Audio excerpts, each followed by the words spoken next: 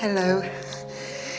I understand the stream and going with the flow of the stream, and I do that as much as it's possible to do it for me right now. And I love everything that comes along. I love my life. I have a Jerry question. If we have all of these things in vibrational escrow, what is the vibrational escrow that holds the war in Iraq and the war in Vietnam and all the devastation kinds of things that happen? Well, this contrast that we've been talking about, knowing what I don't want so that I know what I do want. And it's the reason that we began talking about 3 steps to the creative process. Step 1 is you ask, which contrast helps you to do. Step 2 is source answers, and step 3 is you come into vibrational alignment with what you're asking for. So as you're sifting through this contrast, very often when you know what you don't want, you're giving birth to what you do want, and the source energy part of you is following that path.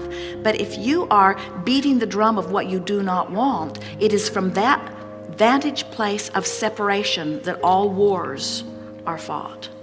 In other words, we've never seen anyone punch a punch in someone's face or drop a bomb on someone's village who was in alignment with source when they did it. It always comes from an attitude of separation, from an attitude of protectionism, from a belief in shortage, from a belief in not enough, from a belief in squabbling over resources, from a belief in lack. Yeah, I understand that, but when we're talking about social consciousness and the things that have been put into escrow in the past and in generations past, was that kind of stuff in an escrow account? Well, it is, in the sense that the reason that we are speaking this delicately is because this vibrational escrow, when you know what you don't want, you know what you do want. This vibrational escrow that we're talking about, that is tended by source energy, that is the joyous what I do wants that are born out of the what I don't wants. But you're right, every thought you think is attraction based, and so every thought exists. So when you think a thought and someone else thinks a thought, by law of attraction, those thoughts come together until there are some pretty strong streams of thoughts. And so you can beat the drum of something, you can begin to feel lack of control in your own life experience, and you might very well tap into a vibration about that sort of thing. What your wonderful question is evoking is, as you are offering vibrations all over the place, just based upon whatever you give your attention to, based upon what television program you're watching, or what newspaper you're reading, or what movie you've been watching, you don't have to spend very much time giving your attention to something before you've activated the vibration. And this very productive universe will yield to you things that match it. So yes, there are things in people's vibrational escrow that they're not going to like when they get there. In fact, a good picture for this is, out there is your future experience, and over there are things you're going to really like when you get there, and over there are things you're really not going to like when you get there. And in every moment, with every thought and every vibrational offering, you're marching toward, and you can tell by the way you feel as you're marching whether you're going to like it when you get there or not.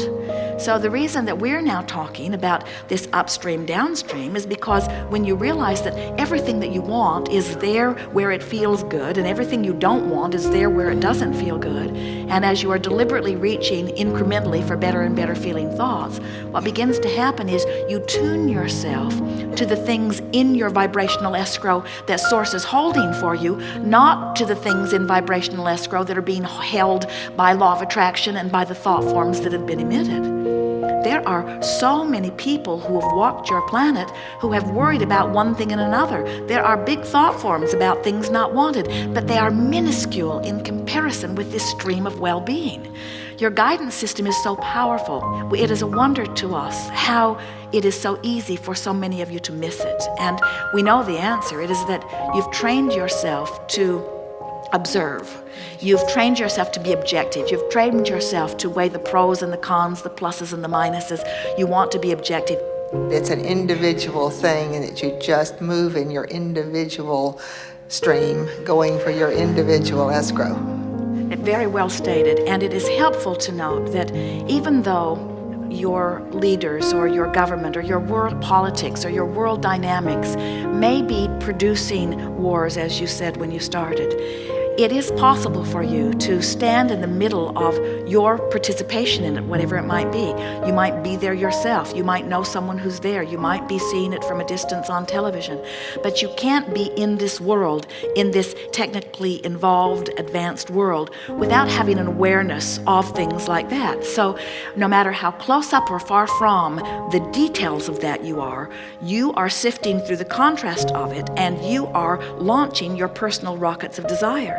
And those rockets of desires matter to you because you have an obligation to yourself, and we use the word obligation lightly. You have an obligation to yourself to continue to keep up with what your observance of your world has caused you to want. So imagine all of these mothers that are worrying about bombs dropping on their children, or all of the people on the other side of the world who aren't worried about it happening to them but don't like it happening to someone else, or all those people that are afraid of terrorist attacks, or whatever your involvement in your world situation is. As you are individually launching your rockets of desire, we want you to get a sense of the magnificent vibrational escrow that is being born from these contrasting times, and the perfection of the potential future experience that is born from that. The peaceful world of coexistence with ideas that vary is a dream that has been dreamed from the first time that you walked this planet together. And just because large factions of your population are not exactly finding vibrational alignment with that yet does not mean that you cannot.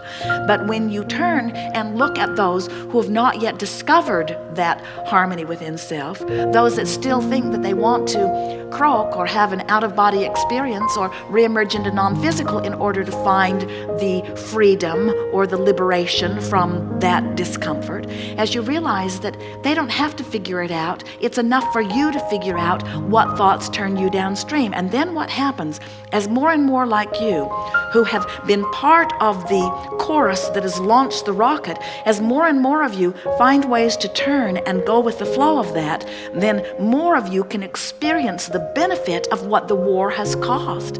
We are not anti-war because we are not anti-contrast. We are not against the contrast that causes the expansion of the idea. We promise you, not one of you before your emergence into this body said, I want to take all of the ideas that exist and whittle them down to just a few good ideas.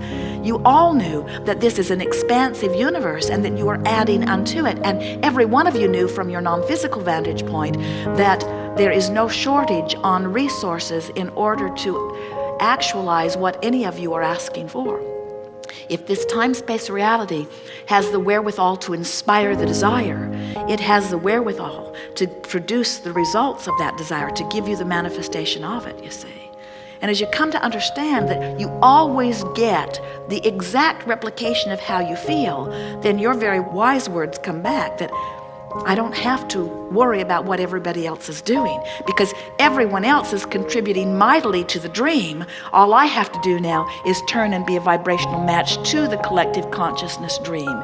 And I can live heaven on earth right now. I can live peace on earth right now. I can live prosperity on earth right now. And since you teach only from the clarity of your example, as you live it and know it and breathe it and ooze it, others will say, how is it that you live so well in these troubled times? And you will say, troubled times? I hadn't noticed. And they would say, oh, you've got to be kidding. Don't you watch television? And you say, Not often. Thank you, that's beautiful. Thank you so much.